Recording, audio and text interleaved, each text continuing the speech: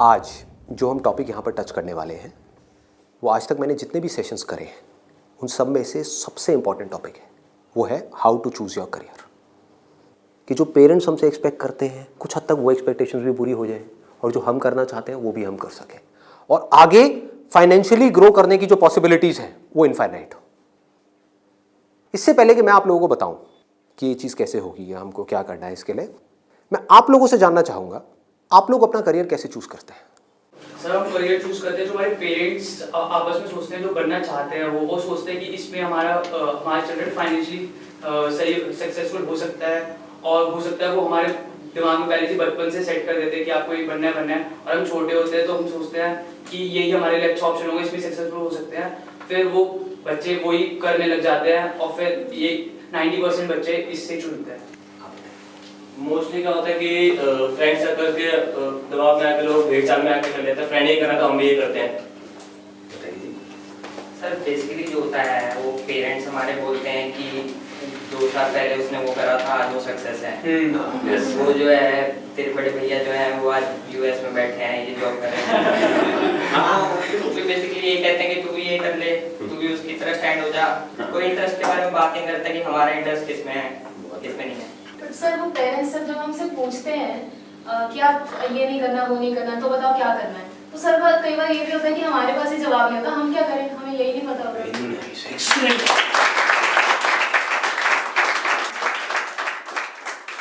इसमें गलती पेरेंट्स की भी नहीं है। जैसे मैं आपको बोलता हूँ कॉमर्स, कुछ लिमिटेड ऑप्शंस माइंड में आते हैं। क्या आते हैं? सीए आता है और बीकॉम आता है और बीबीए आता है, एमबीए आता है, सीएफए आता है, और कोई ऑप्शन आता है? आता ही नहीं है। तो ध्यान से देखो क्या हो रहा है। हम सब बच्चों की सोच एक जैसी है, सब पेरेंट्स की सोच एक जैसी है। तो ये पेरेंट्स की सोच किसने बनाई? क्या उनकी गलती है? इस पूरी की पूरी सोसाइटी ने मिलकर बनाई।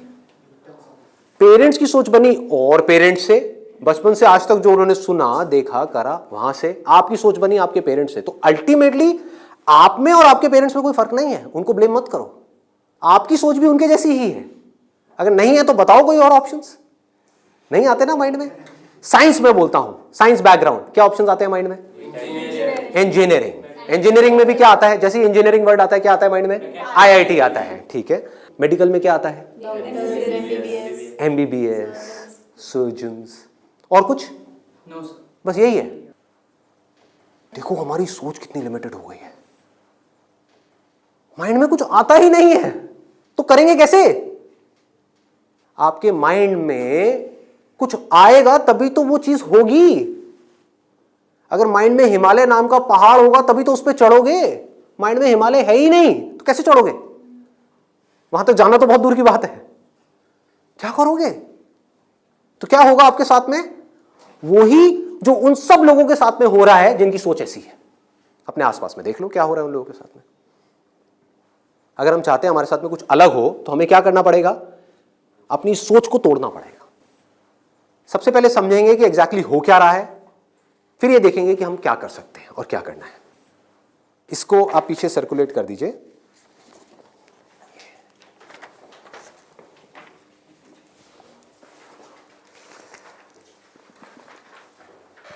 इसमें लिखा है how to choose a career. अच्छा, पढ़ाई में हमको आगे बढ़ने के लिए मान लो जैसे मैंने बोला साइंस बैकग्राउंड, तो माइंड में क्या आया? इंजीनियरिंग आया, इंजीनियरिंग से आईआईटी आया, आईआईटी से कोटा आया, या और ये जो तैयारी वाले इंस्टीट्यूट्स हैं वो आए, वहाँ पर जाओ, जा करके तैयारी करो, यही सब होता है। तो अब अगर आपको इस रास्ते पे सक्सेसफुल होना है कि मतलब आपको आईआईटी में पहुँचना है, आईआईएम्स में पहुँचना है, मेडिकल में टॉप कॉलेज में पहुँचना है, तो क्या चाहिए? हार्डवर्क से काम हो जाएगा। आराम से सोचो, आराम से सोचो। ये जो सोच है ना हमारी वो बड़ी खतरनाक बनी हुई है। उसी सोच पे क्वेश्चन मार्क लगाना है। हार्डवर्क सबसे ज्यादा कौन करता है? एक रिक्शे वाला, लेबरर सक्सेसफुल हो जाता है वो। ऐसे बच्चे देखे हैं जो बहुत हार्डवर्क करते हैं और तब भी नहीं हो पाता उनका, और ऐसे बच्चे हैं जो इतना हार्डवर्क नहीं करते हैं, अपनी लाइफ में एक बैलेंस बनाते हैं, मतलब घूमते फिरते भी हैं, मजे भी करते हैं, साथ साथ में पढ़ाई भी करते हैं और वो टॉप कर जाते हैं। तो इसका मतलब क्या है? हार्डवर्क पे क्वेश्चन मार्क लगाओ। हार्डवर्क इंपॉर्टेंट है, लेकिन हार्डवर्क भी अगर सही डायरेक्शन में ना किया जाए तो बकवास है। समझ रहे हो? सक्सेस यहां है, आप वहां भाग रहे हो पूरी जान लगा करके पागलों की तरह, कभी सक्सेसफुल हो सकते हो? हार्डवर्क तो कर रहे हो, क्यों नहीं हो सकते? डायरेक्शन ही गलत है। सबसे पहले क्या चाहिए? एक सही डायरेक्शन चाहिए, सबसे पहले, मोस्ट इंपॉर्टेंट। मतलब कि जिस डायरेक्शन में हम भाग रहे हैं, पहले हमको उसको समझना है कि हम सही डायरेक्शन में भी भाग रहे हैं या इसलिए भाग रहे हैं क्योंकि सब भाग रहे हैं। या ये कहो, हो सकता है ये जो सब भाग रहे हैं उसमें से कुछ लोगों के लिए वो डायरेक्शन सही हो, हमारे लिए गलत हो। समझ पा रहे हो? पता कैसे चलेगा कि कैसे पता लगेगा? एक्सीलेंट। देखो क्या है, सिर्फ 2 पैरामीटर्स हैं जिसके ऊपर हमको दिमाग लगाना है। एक है कंपटीशन, एक है कंसंट्रेशन पावर। जहां पर भी कंपटीशन ज्यादा है, मतलब क्या है कि वहां पर लाखों बच्चे ट्राई कर रहे हैं, होना कितनों का है? 1%, 2%, 3%। रियलिटी है। मैं कुछ भी हाइपोथेटिकल बात नहीं करूंगा।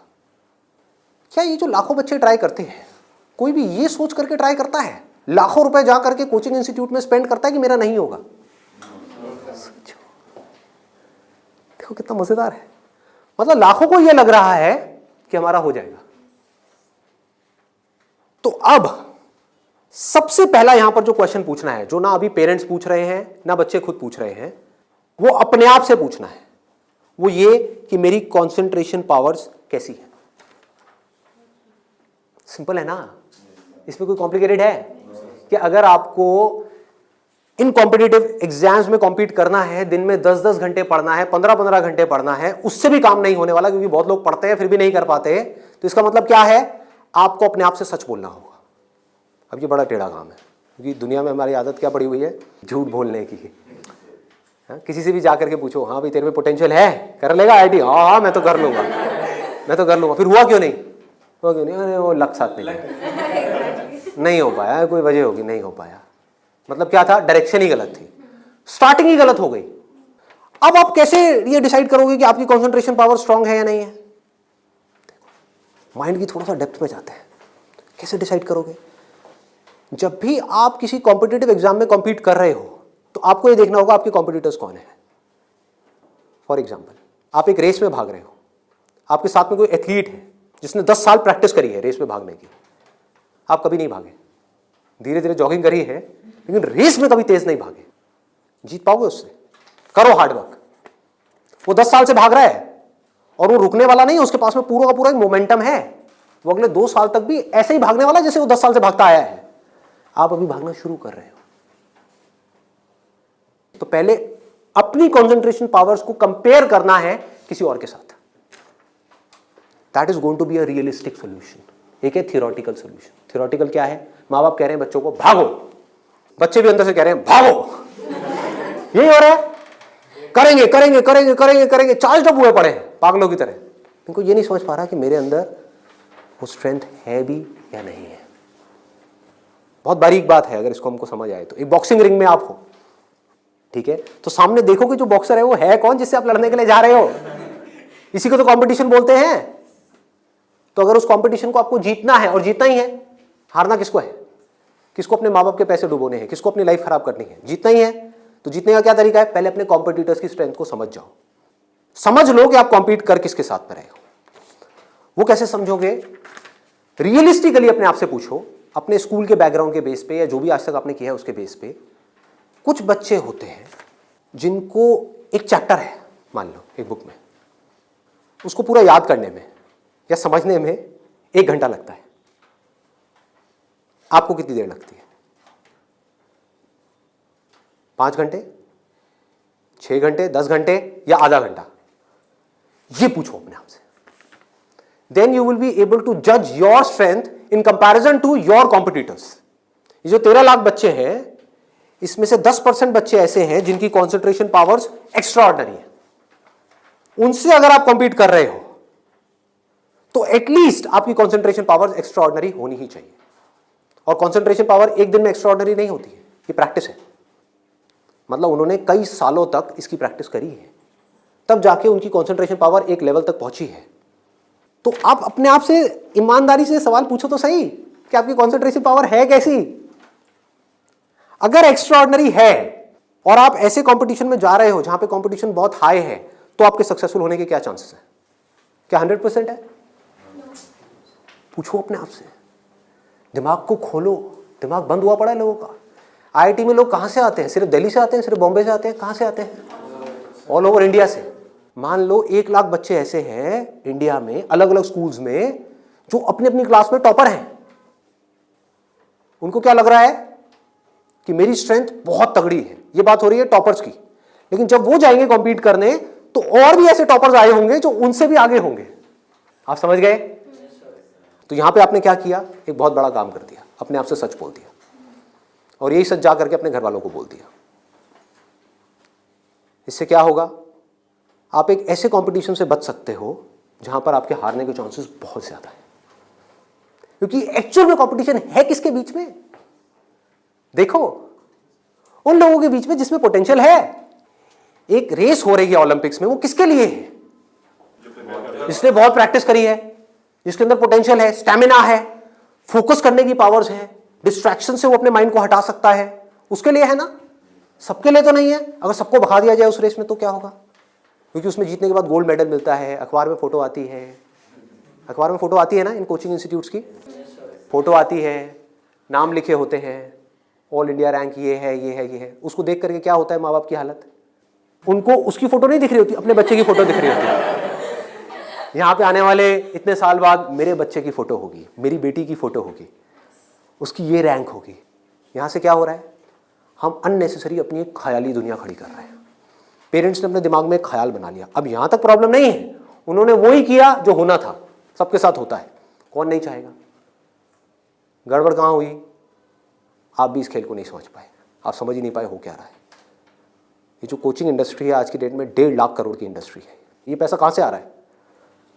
हम सबसे आ रहा है, हमारी जेब से आ रहा है। तो अगर इस खेल को हम समझ जाएं, हमारे पेरेंट्स नहीं भी समझ पा रहे क्योंकि वो तो सपने देखेंगे ही, और हम जाकर के बोले ये सपना आप अभी रोक दो, उस पर लगाम लगाओ, देखो पहले कि आपका बच्चा कहाँ स्टैंड करता है। गाड़ी आपके पास में 800 और कॉम्पीट करने की बात कर रहे हो फेरारी वालों से, बट इसका मतलब ये नहीं है 800 बुरी है। आप समझ गए मेरी बात?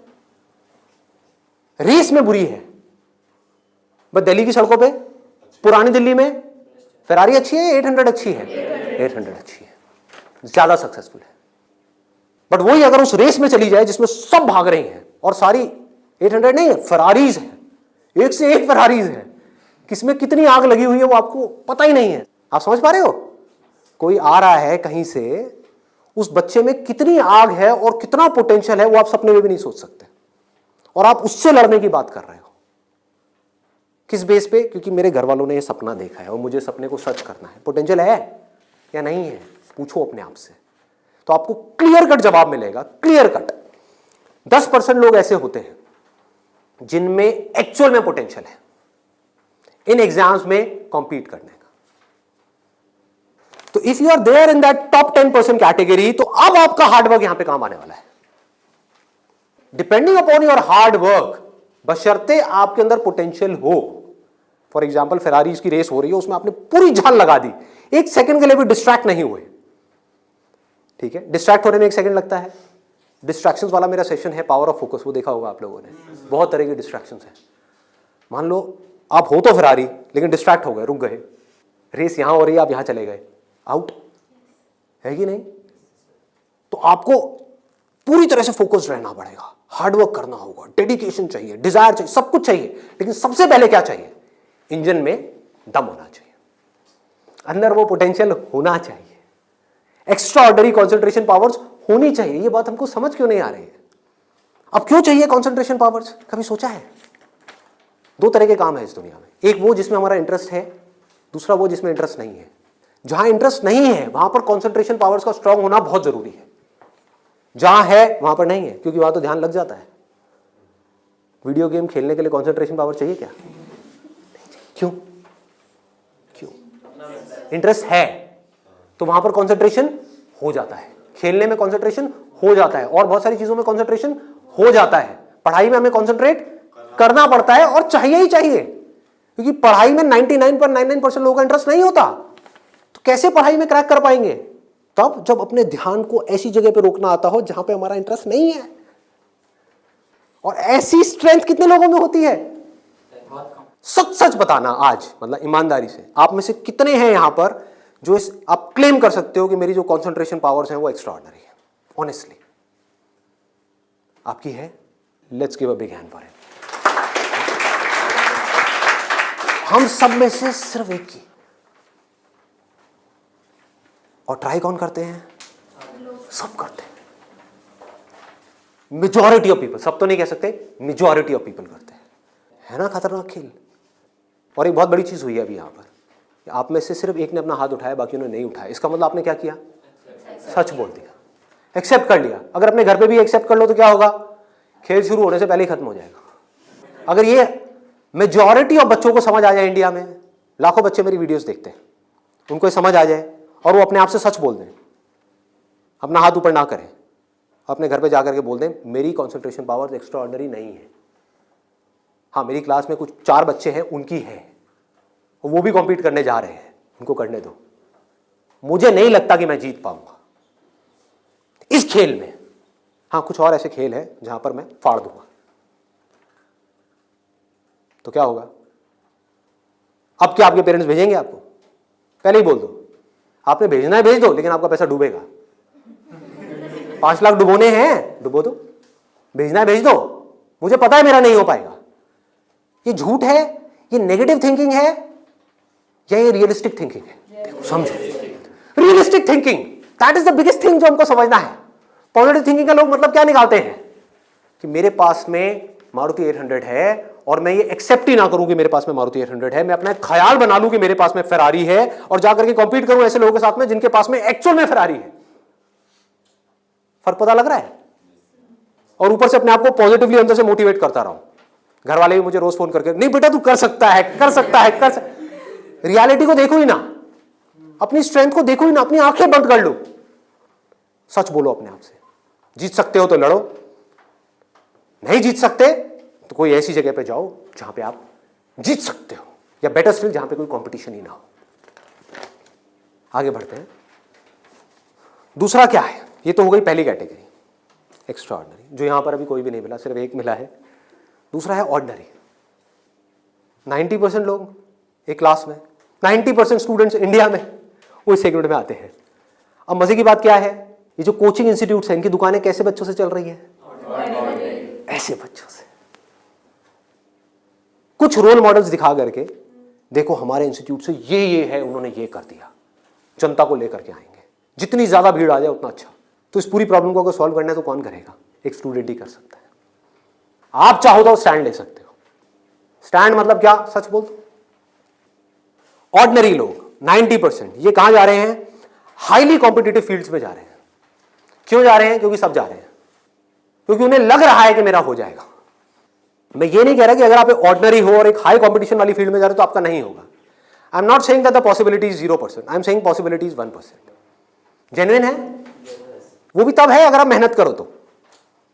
अगर वहां जाकर के मेहनत ही ना करो तब तो बिल्कुल नहीं होगा। अगर आप बहुत मेहनत करो तो 1%। क्योंकि मैं हिम्मत नहीं तोड़ूंगा ऐसे लोगों की। लाखों ऐसे स्टूडेंट्स हैं जो आज की डेट में ऐसा कर रहे हैं। बट ये वीडियो मैं सिर्फ अभी करंट सिचुएशन के लिए नहीं बना रहा, मैं आगे तक देख रहा हूँ। आने वाले 20 साल, 50 साल, 100 साल आगे तक देख करके चल रहा हूँ कि इंडिया की प्रॉब्लम्स का अगर हमको सोल्यूशन निकालना है, अनएम्प्लॉयमेंट का सोल्यूशन निकालना है, डिप्रेशन का सोल्यूशन निकालना है, तो वो सोल्यूशन क्या है? मेरी सोच वहां पर चल रही है। इसकी वजह से होगा क्या? अभी जो ऑलरेडी ऐसे ऑर्डिनरी स्टूडेंट्स हैं और वो ऐसी जगह पे चले गए हैं, तो उनकी हिम्मत टूट जाएगी इस वीडियो को देख करके। तो मैं उनको क्या कहूँगा? उम्मीद है, लगा दो जान। बस साथ में क्या कहूँगा उन पेरेंट्स को जो अब ऐसा गेम खेलने वाले हैं, उन स्टूडेंट्स को क्या कहूँगा? मोस्ट इंपॉर्टेंट जो मुझे देख रहे हैं, बड़ा सिंपल है कि अपने पेरेंट्स को जाकर के कहो मुझे नहीं लगता कि मेरे में पोटेंशियल है, मुझे नहीं लगता कि मैं कर पाऊंगा। हाँ, 1% चांस है। सच बोल दो। बोलो मैं ये नहीं कह सकता मैं कर ही नहीं सकता, 1% चांस, 99% चांस है मैं नहीं कर पाऊंगा। मैं जानता हूं अपने आप को, आप नहीं जानते, मैं जानता हूं। मुझे पता है अंदर से कि मैं क्या हूं, मुझे पता है अंदर से कि मेरे अंदर कितनी आग है, कितना पोटेंशियल है। मैं अपने दोस्तों के साथ में बैठ के पढ़ा हूं, मुझे पता है अंदर से कि मैं क्या हूं। तो आप क्या कहोगे? सच बोलोगे अपने घर वालों को जाके कि देखो अगर आप मुझे 2 साल तक की कोचिंग कराओगे, उसमें मान लो ₹1,00,000 साल की फीस हो गई, प्लस रहना खाना पीना what ever it is, total मान लो 2 साल में कितना खर्चा आया? 4-5 लाख रुपए। 5 लाख मान लेते हैं। तो आप बोलोगे अपने घर वालों को जाकर के, अगर अभी भी ये सब सुनने के बाद भी आप कहते हो कोई बात नहीं बेटा 1% चांस है तू कर ले, तो मैं आपको एक बेटर ऑप्शन देता हूँ प्रैक्टिकल रियलिटी के बेस पे। यहां पे अगर आपके पेरेंट्स आपके ऊपर दाव लगाते हैं, जीतने के चांसेस क्या है पेरेंट्स के? 1:100। इससे बेटर ऑप्शन क्या है? गोवा जाओ।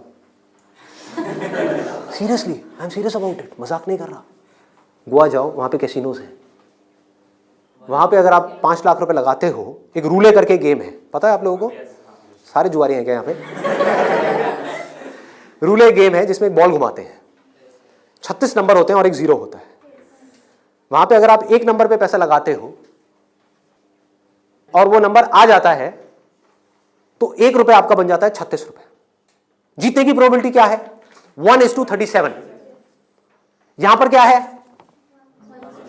1:100। वहां पर क्या है? 1:37, मतलब इससे डबल से भी ज्यादा है। तो अपने पेरेंट्स को सजेशन दो कि जुआ खेलना ही है तो ये बेटर ऑप्शन है, खेलते हैं ना। मेरी जिंदगी क्यों दांव पे लगा रहे हो? मुझे तो बचने दो। अरे खेलना है तो मिलके खेलते हैं। जाओ अपने पेरेंट्स के साथ में, उनको गोवा लेकर के जाओ, अपनी पार्टी करना, और एक दिन जाना ले आकर के 5 लाख रुपए एक टेबल पे रख देना। अगर वो नंबर आ गया तो कोई भी नंबर चूज कर लो। आपके पेरेंट्स चाहते हैं आप नंबर 1 पे आओ, ऑल ओवर इंडिया में आपकी नंबर 1 रैंक आए, तो 1 नंबर पे पैसा लगाओ जुए में। वहां भी 1 नंबर पे पैसा लगा रहे हैं, यहां भी 1 नंबर पे पैसा लगाओ। अगर वो 1 नंबर आ गया तो कितना मिलेगा? 5 लाख का 1,80,00,000। 1,80,00,000 उसको उठा करके बैंक में एफडी कराओ। कितना इंटरेस्ट आएगा? 12%। तो अब टाइम गया। आप मान लो टैक्स वैक्स काट के 7-8% भी आ गया आपके हाथ में, महीने का 1,00,000 रुपए, साल का 12 लाख रुपए। सोचो क्या ये प्रैक्टिकल है या नहीं है? जो बात मैंने बोली है थियोरेटिकल है, प्रैक्टिकल है। वहां भी जुआ है, यहां भी जुआ है। आप भी बोल रहे हो हाँ शायद मेरा हो जाएगा, पेरेंट्स भी कह रहे हैं हाँ शायद इसका हो जाएगा। प्रोबेबिलिटी हमारे सामने है, आपके होने की जो प्रोबेबिलिटी है वो हमारे सामने है। हाँ अगर आप एक्स्ट्राऑर्डिनरी में हो तो बात अलग है, मैं उसकी बात नहीं कर रहा। वहां पर आ गई 10% से 100%, तो वहां पर जुए का कोई कंपैरिजन नहीं है, ठीक है ना। बट अगर आप ऑर्डिनरी में हो और वहां पर जाकर के आप कॉम्पीट कर रहे हो, इससे बेटर ऑप्शन है जुआ। और घर वाले कहेंगे पैसा डूब गया तो जुए में, तो बोलो वो तो यहां भी डूब रहा है। हाँ? यहां भी तो डूब रहा है। फर्क क्या है? इसको बोलते हैं एक रियलिटी के बेस पर समझ करके सोच करके लिया हुआ डिसीजन। तो अब तीसरा ऑप्शन क्या है हमारे पास में? कोई ऐसा करियर चूज करो, देखो कितना मजेदार है, जहां पे आपको कंसंट्रेशन पावर की जरूरत ही ना हो, not required. If you love singing, concentration power चाहिए क्या? नहीं चाहिए, हो जाएगा। किसी खेलने में इंटरेस्ट है तो वहां पे कंसंट्रेशन पावर बहुत स्ट्रांग चाहिए क्या? हो जाएगा, घंटों तक हो जाएगा। एक है कंसंट्रेट करना पड़ता है, एक है कंसंट्रेशन हो जाता है। दोनों में बहुत फर्क है। इंटरेस्टिंग है तो कंसंट्रेशन हो जाता है, इंटरेस्टिंग नहीं है, बोरिंग है तो कंसंट्रेट करना पड़ता है, फिर चाहे वो पढ़ाई हो चाहे जॉब हो। ये छोटी सी सोच चाहिए, समझ चाहिए। अब यहां पे क्या चलेगा? इन फील्ड्स में कंपटीशन क्या है?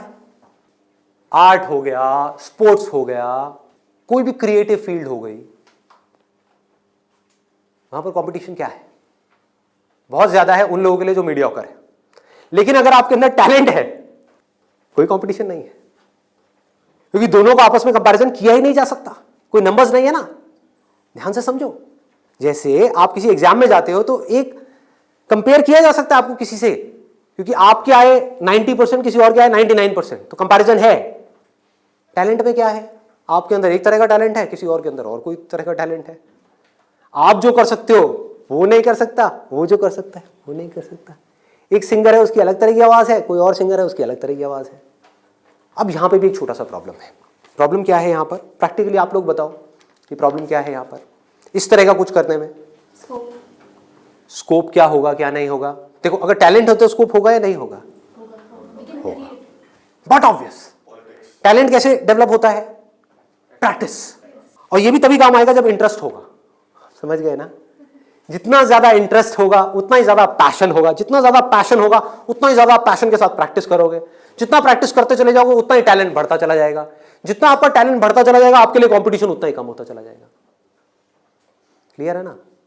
बट आप इन सारे रूट से भागने के लिए वहां पर जा रहे हो तो भगवान ही मालिक है आपका। समझ गए? पढ़ाई के टॉर्चर से बचने के लिए जबरदस्ती कोई ऐसा काम नहीं है जो आपको बहुत इंटरेस्टिंग लगता है फिर भी आप कर लो, आप कहो हाँ ये सही है, तो आपका वही हाल होगा जो वहां पे कंपटीशन में बाकी लोगों का हो रहा है। मतलब आपको जेन्युइनली चूज करना होगा कोई ऐसा interest which you are extremely passionate about, extremely passionate about. ठीक है, इससे भी एक स्टेप आगे बढ़ते हैं। यहां पे प्रॉब्लम एक है बहुत सिंपल सी, जो मेरे पास में कमेंट्स आते हैं कि हमें पता ही नहीं है कि ऐसा इंटरेस्ट क्या है। I don't know what that interest is. मेरे लिए ऐसा कोई इंटरेस्ट नहीं है, कोई ऐसा टैलेंट नहीं है, कोई ऐसी स्किल नहीं है जो मैं कह सकूं कि हाँ इसके बेस पे मैं अपनी पूरी लाइफ स्टेक पे लगा सकता हूं। उनके लिए क्या सोल्यूशन है? आपके घर वाले चाहते हैं आपको डिग्री मिले, आप चाहते हो कुछ अपना करना, फाइनेंशियली भी सक्सेसफुल हो जाओ, तो उसका ऑप्शन क्या है? ये रहा। यानी कि आप बहुत ज्यादा टफ एग्जाम्स को क्रैक नहीं कर सकते, बहुत ज्यादा टफ पढ़ाई नहीं कर सकते, लेकिन आप पढ़ सकते हो। तो आप एक ऐसी फील्ड चूज करते हो जहां पे कंपटीशन लो है, जहां पे कंपटीशन कम है, और अगर वहां पर आप स्मार्ट वर्क करने लग जाओ तो आपके जीतने के जो चांसेस हैं, सक्सेसफुल होने के चांसेस हैं, that starts from 10% and goes up to 100%, as good as उन लोगों के कंपैरिजन में जो यहां पर टॉपर है। और यहां पर कोई लिमिट नहीं है कि हम क्या कर सकते हैं। स्मार्ट वर्क को मैंने नीचे डिफाइन भी किया हुआ है कि what does smart work mean. It means developing your understanding, that is smart work. जो काम आप कर रहे हो उसकी समझ अगर आपको है कि आप क्या कर रहे हो, क्यों कर रहे हो, कैसे कर रहे हो, तो आप स्मार्ट वर्क कर रहे हो। समझ नहीं है बस कर रहे हो तो आप हार्ड वर्क कर रहे हो। अब इसमें मैं आपको एक प्रैक्टिकल एग्जांपल देने वाला हूं। एक सिंपल सा करियर मैं आपको बता रहा हूं, फिजियोथेरेपी। सुना इसके बारे में सबने? अभी कुछ दिन पहले मेरी नेक में थोड़ा सा पेन हुआ, मैंने गूगल पे जाकर के सर्च किया physiotherapy services at home in my area. Locality मैं नहीं बताऊंगा, नहीं तो लोग मेरे घर आ जाएंगे। तो मैंने सर्च किया, वहाँ पर ऊपर कुछ लिस्टिंग्स आई, कुछ वेबसाइट्स आई, उसमें एक डॉक्टर का नाम मुझे मिला, उनकी मैं वेबसाइट पे गया, वहाँ जा करके उन डॉक्टर के बारे में मैंने 2-3 मिनट पढ़ा, समझा, मुझे अच्छा लगा पढ़ करके, समझ करके। उनको फ़ोन किया, वो मेरे घर पे आए, उन्होंने मुझे 7 दिन तक फिजियोथेरेपी ट्रीटमेंट दिया। वो एक ट्रीटमेंट का लेते हैं 500 से 700 रुपये, कई बार 1000 रुपये भी लेते हैं, depending upon the complications and time involved. मेरे से उन्होंने लिए 500 रुपये। मैंने उनसे पूछा कि आप दिन में ऑन एन एवरेज कितने ट्रीटमेंट्स करते हो? उन्होंने कहा एक दिन का ऑन एन एवरेज मैं 8 से 10 ट्रीटमेंट्स करता हूँ। मैंने कैलकुलेशन करी, दिमाग चलाया, 8 से 10 का मतलब क्या हुआ? 4 से 5,000 रुपये एक दिन का, एक महीने का नहीं, एक दिन का। कितना हो गया एक महीने का? लाख से 1.25 लाख रुपए।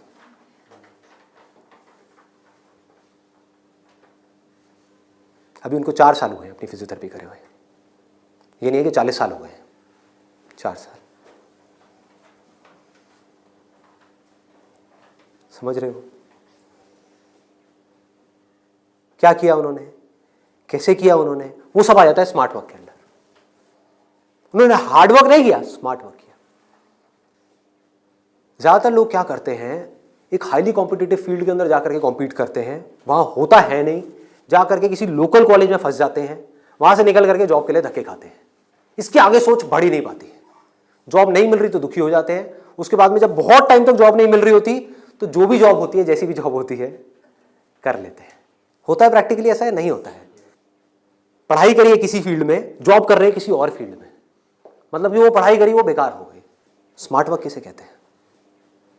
आप एक फिजियोथेरेपी कॉलेज में गए, कोई टॉप कॉलेज नहीं जहां पे अगेन कंपटीशन है, किसी लोकल कॉलेज से। क्योंकि कोई भी जब फिजियोथेरेपी कराता है तो पूछता नहीं आपने कौन से कॉलेज से किया है। मैंने नहीं पूछा, कोई नहीं पूछता। तो किसी भी कॉलेज से अच्छे से जा करके आप स्टडी करके आ गए, डिग्री लेकर के आ गए, आप कहीं भी जाओगे कभी भी आपको जॉब तो मिल ही जाएगी, जो सुन करके आपके घर वाले कन्विंस हो जाएंगे, कहेंगे हाँ ठीक है, बैकअप प्लान तो है। तो एक ऐसा रास्ता जहां पर वर्स्ट केस सिनेरियो में आपको जॉब भी मिल जाए, लेकिन बेस्ट केस सिनेरियो की कोई अपर लिमिट ना हो। अब बात आती है कैसे करोगे आप इस चीज को। इसका स्कोप देखो, कि आने वाले टाइम में अभी जितनी तेजी से मोबाइल, लैपटॉप, कंप्यूटर सब लोग इस तरह भाग रहे हैं, सबके ये प्रॉब्लम्स आनी ही आनी है। बैक में प्रॉब्लम आनी ही आनी है, नेक में प्रॉब्लम आनी ही आनी है, और पता नहीं कितनों को कितनी आनी आ भी रही है। आपके घर में भी जो आपके पेरेंट्स हैं उनको सबको कहीं ना कहीं दर्द होगा। तो आपने पहले तो ये समझा कि हाँ, इसका स्कोप कभी कम नहीं होने वाला, बढ़ने ही वाला है। ठीक है, इसमें कंपटीशन भी बढ़ेगा जब स्कोप ज्यादा है तो, लेकिन किन लोगों के लिए बढ़ेगा? जो हार्ड वर्क कर रहे हैं, लेकिन जो स्मार्ट वर्क को समझ पा रहे हैं वो कुछ भी कर सकते हैं। तो आप क्या कर सकते हो? आपने कहा कि सिर्फ इससे काम नहीं चलने वाला, वो मुझे समझ आ रहा है। जैसे मैंने फिजियोथेरेपी का किया, सिर्फ इससे काम नहीं चलने वाला, तो इसके साथ में कुछ और चीजें भी हैं जो मुझे सीखनी पड़ेंगी। क्या सीखना पड़ेगा? जिसका हो सकता है इससे डायरेक्ट कोई कनेक्शन ना हो। 1 महीने का छोटा सा कहीं से वेबसाइट डेवलपमेंट का कोर्स कर लिया, और ऑनलाइन मार्केटिंग का, कि ऑनलाइन मार्केटिंग कैसे करते हैं। गूगल में जब भी आप कुछ सर्च करते हो तो वहाँ पे एड्स आती हैं, उसको बोलते हैं गूगल एडवर्ड्स। ये किस तरह से काम करता है? आपने कहा ऑनलाइन मार्केटिंग मैंने सीख ली, उसके अलावा मुझे अपनी कम्युनिकेशन स्किल्स पे काम करना होगा, क्योंकि अगर मैं कहीं जा रहा हूँ, किसी से बात कर रहा हूँ और मैं बेवकूफ़ लग रहा हूँ बात करने में, तो कोई मुझे दोबारा क्यों बुलाएगा? तो आपने क्या किया? कम्युनिकेशन स्किल्स का एक कोर्स किया 1 महीने का, उसके अलावा इंग्लिश स्पीकिंग का एक कोर्स किया 6 महीने का या 1 साल का। इस सबसे हो क्या रहा है? आप एज एन इंडिविजुअल बेटर बनते चले जा रहे हो। उसके बाद में धीरे धीरे आप अपनी एक क्लाइंटेल बनाओगे। शुरू में मान लो आपको दिन में 2 या 4 लोगों ने बुलाया, वर्स्ट केस सिनेरियो मान लो ना, घर से आप ऑपरेट कर रहे हो, अभी आपने कोई अपना क्लिनिक नहीं बनाया है, घर से आप ऑपरेट, और ये कोई थ्योरेटिकल बात नहीं है, ऐसे बहुत सारे लोग हैं जो ऑलरेडी ये काम कर रहे हैं, बहुत लोग कर रहे हैं। अपने नाम को मल्टीपल वेबसाइट्स में आप लिस्ट कर दोगे, इनको डायरेक्टरीज बोलते हैं, ऑनलाइन डायरेक्टरीज। तो ऑनलाइन सर्च इंजन में कोई भी कुछ भी सर्च करेगा तो कहीं ना कहीं वो आप तक पहुंच जाएगा, चाहे वो एक वेबसाइट के थ्रू पहुंचे, चाहे आपके थ्रू पहुंचे, चाहे ऐड के थ्रू पहुंचे, चाहे कहीं से भी पहुंचे, वो आप तक पहुंचेगा। अगर उनको आपने सेटिस्फाई कर दिया, अपनी बातों से भी, अपने ट्रीटमेंट से भी, ईमानदारी से, जेन्युइनली अच्छा ट्रीटमेंट कर दिया, तो वो क्या करेंगे? लोकेलिटी में रिकमेंड करेंगे, अपने फ्रेंड सर्कल में करेंगे, अपने रिलेटिव्स में करेंगे। तो धीरे धीरे क्या होगा? कुछ महीनों में क्या होगा? यहाँ पे थोड़ा पेशेंस रखना होगा। ये नहीं है सारा काम 1 दिन में हो जाएगा। आईआईटी में भी आपका एडमिशन हो गया तो ये नहीं कि हलवा है वहां से क्लियर करना, 4 साल तक लग करके दिन रात काम तो करना ही पड़ेगा ना, यहां भी करना पड़ेगा। तो आप सीखते जा रहे हो, समझते जा रहे हो, धीरे धीरे आपको कुछ ऐसी टेक्नोलॉजीज के बारे में पता लगेगा, कुछ ऐसे इक्विपमेंट्स के बारे में पता लगेगा। इसमें हजारों तरह के इक्विपमेंट्स हैं, हजारों तरह की चीजें हैं, अलग अलग तरह के ट्रीटमेंट्स के लिए। इतनी बड़ी फील्ड है ये। आप आने वाले टाइम में फिजियोथेरेपी का एक ऐसा क्लिनिक बना सकते हो अपनी सिटी में या कहीं पर भी, जो अपने आप में स्टेट ऑफ द आर्ट हो, मतलब ऐसा जो पूरे इंडिया में ना हो। और क्लिनिक आप ऐसे करते करते धीरे धीरे, अभी 1 दिन में या 2 दिन में नहीं होगा, मान लो 5 साल में होगा, 10 साल में होगा, 20 साल में होगा। क्लिनिक कितना बड़ा हो सकता है, कितने क्लिनिक्स हो सकते हैं, क्या क्या हो सकता है, कोई लिमिट नहीं। अगर कुछ लोग जो मेरी इन बातों को समझ पाए, जो बातें मैं कर रहा हूं, और कुछ ऐसी डायरेक्शन में जा पाए सेंसिबल तरीके से, smartly, not by doing a lot of hard work but by doing smart work, तेजी से आगे बढ़ पाए, तो आने वाले टाइम में यही वो लोग होंगे जो आने वाले टाइम में लोगों के लिए जॉब अपॉर्चुनिटीज क्रिएट करेंगे। अंदर से एक ये फीलिंग होनी चाहिए कि मुझे लोगों की प्रॉब्लम्स को सॉल्व करना है। अगर मैं कर पाया तो मेरी प्रॉब्लम्स तो सारी अपने आप सॉल्व हो जाएंगी, वो लोग करेंगे ना। अगर आपने किसी के दर्द का इलाज कर दिया तो वो आदमी आपको पता है क्या कहेगा? बताओ आपको क्या चाहिए। वो लोग आपके पीछे आएंगे। आपने उनको बोल दिया ना, नहीं मैं आज आपका ट्रीटमेंट नहीं कर रहा, नहीं डॉक्टर साहब आप बताओ कब आओ। मतलब कि अपने आप को अंदर से स्ट्रांग बना लो तो दुनिया भागती हुई आपके पास आएगी। ये एक रास्ता है। एक है अंदर से तो स्ट्रांग बनो मत और दुनिया के पीछे भागते रहो। भैया मेरा कुछ हो सकता है, भैया मेरा कुछ हो सकता है, भैया कहीं लगवा दो, जॉब लगवा दो, भैया ये भैया वो भैया वो। अरे काहे का भैया, समझे? ये एटीट्यूड चाहिए। डंके की चोट पे आप काम करो। मैंने लाइफ में जो भी काम किया है बिल्कुल एटीट्यूड के साथ किया है। ये मैं कर रहा हूं, आपको चाहिए तो लो, नहीं चाहिए तो आगे बढ़ो।